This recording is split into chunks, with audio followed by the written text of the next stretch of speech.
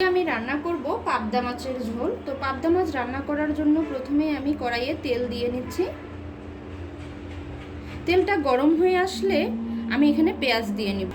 পেঁয়াজটা আমার ভেজে নেওয়া হয়ে গেছে। এখন আমি সামান্য পরিমাণে আদা রসুন দিয়ে নেব। আদা রসুনটা আমি এখন কিছুক্ষণ ভেজে নেব। আদা রসুনের কাঁচা গন্ধটা চলে গিয়েছে। এখন আমি সামান্য পানি দিয়ে অন্যান্য মশলা অ্যাড করে নেব। আমি দিয়ে নিলাম এখানে স্বাদ মতো লবণ, পরিমাণ মতো হলুদ, পরিমাণ মতো জিরা গুঁড়া, পরিমাণ মতো ধনিয়া গুঁড়া এবং স্বাদ মতো যে যেমন ঝাল খান সেই অনুযায়ী মরিচ।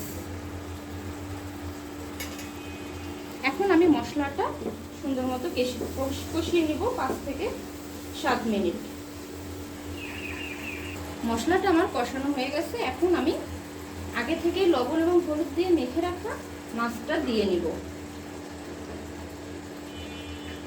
মাছটা দেওয়ার পরে আমি এটা 3-4 মিনিটের মতো জ্বালিয়ে নিব, যাতে মাছটা একটু শক্ত হয়ে আসে। মাছটা শক্ত হয়ে আসলে আমি অপর পাশে উল্টে দিব।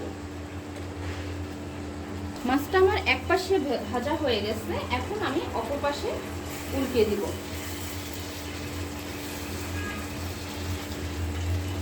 মাছটা আমার দুই পাশে ভেজে নেওয়া হয়ে গেছে। এখন আমি এখানে একটু সেদ্ধ এবং ঝোলের পানি একসাথে দিয়ে নেব।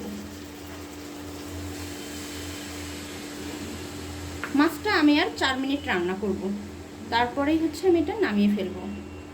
মাছটা আমার হয়ে আসছে। এখন আমি এতে কিছুটা ধনিয়া পাতা দিয়ে নিব এবং অল্প একটু টালা জিরা দিয়ে নিব।